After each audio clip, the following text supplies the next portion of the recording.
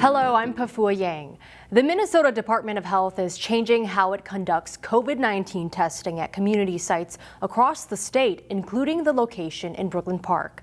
Starting this month, the Department of Health will eliminate nasal swab testing at its barrier-free testing sites. Instead, it's switching to collecting only saliva samples. Saliva testing is easier to do than nasal testing, which many patients describe as unpleasant. The saliva samples get sent to the state's testing lab in Oakdale. The state's lab has the capacity to do more than 60,000 tests a week. A Minnesota State Patrol trooper is recovering after authorities say he was assaulted while responding to a traffic accident in Brooklyn Center. According to Minnesota State Patrol, a state trooper responded to a single vehicle crash near Highway 252 and 70th Avenue shortly after 8:30 Sunday night. During the incident, a 38-year-old man from Zimmerman physically assaulted one of the troopers. Authorities say the trooper deployed a taser and the suspect was eventually detained with the assistance of a Good Samaritan. The trooper and suspect were both taken to North Memorial Health Hospital for non-life-threatening injuries. The man was booked at Hennepin County Jail under suspicion of first-degree DWI, fourth-degree assault, along with other driver's license-related violations. The 2021 legislative session kicks off Tuesday with COVID-19 casting a large shadow over legislative priorities. DFLers hold a 70-64 edge in the House, while Republicans hold a narrow 34-31 majority in the Senate, with two DFLers from the Iron Range forming an independent caucus.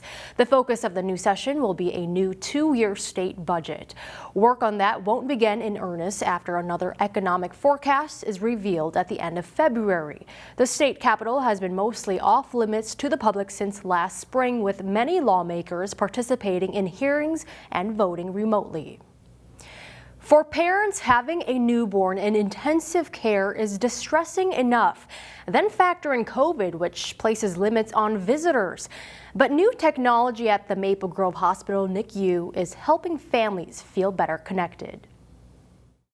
For parents with infants in the NICU, it's emotionally difficult to leave their babies. We have parents a lot of times that even don't want to go home at night, whether it's to be home with the siblings or to take a break or have a date night with their husband. Jen Nelson, the assistant nurse manager with the Family Birth Center at Maple Grove Hospital, explains that it's not just COVID-19 forcing families away. We have babies that are here.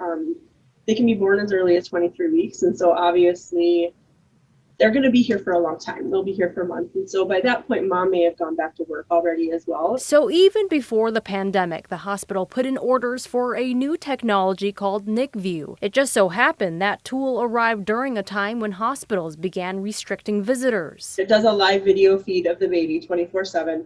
And then the parents are able to log into a secure website where they can watch that live feed at any point in time. The cameras are mounted by the newborn's bedside. Parents get a URL link with a username and passcode. Parents can then share that link to family members. Additionally, if mom is COVID positive and can't come in, or if dad happens to be ill and isn't able to come in, then they can use that to be able to see baby at home too. Nurses also have the capability to leave messages to parents. Nurses can log into the system and leave like little notes, like if they just gave them a bath or something like that, they can leave a little note there and said, we took a bath today, and so leaving them little kind of text messages and stuff like that in there, so that they can kind of know what's been going on during the day too. Nelson says the cameras keep parents actively involved with the care team, and it prepares parents to care for their little one when it's time to go home. We are always looking for things to make families more comfortable when they can't be there at the hospital. If you want to enjoy the fresh snow on local ski and tubing hills, you'll need to plan ahead. The tubing hill at Elm Creek Park Reserve opened for reservations over the New Year's weekend and quickly sold out. There's a capacity limit on the tubing hill and online reservations are required.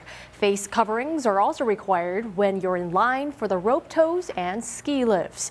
This year became one of the latest years to open due to a warmer fall. In October, it looked like it was going to be our earliest year ever, and then it became one of our latest. So, but we've done everything we could to make snow, and so now It's a little later, but January 1st, our Tubing Hill will open. It's also a good idea to schedule ahead if you need cross-country ski equipment. But it's a different system for snowboarding and downhill ski equipment. For those rentals, you can just show up. Middle school students might be in virtual learning, but they continue to make music virtually. As we go to break, take a listen to Jackson Middle School's 8th grade band. The students recorded the song "Grant Us Peace" just before going home for winter break, and the school sent it out on social media for the new year.